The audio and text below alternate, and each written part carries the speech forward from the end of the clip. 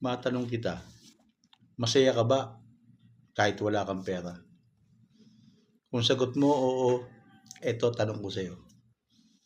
Paano ka makakapunta ng bayan kung taga-nayon ka kung wala kang pera? Paano ka makakabili ng mga gamit mo sa bahay? Paano ka makakabili ng mga gamit mo kung wala kang pera? Paano mo mapapakain ang pamilya mo kung wala kang pera? Masaya ka na kumakalam ang sikmura ng pamilya mo dahil wala kang pera? Paano ka sasaya? Literal na walang pera ang sinasabi ko. Kaya yung mga nagsasabi na masaya sila kahit wala silang pera, paano kayo kakain?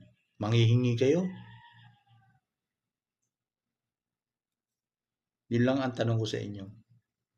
Yung katwiran na yan ay katwiran ng mga walang ambisyon sa buhay. Kaya sikapin mo magkaroon ka ng pera. Peace out.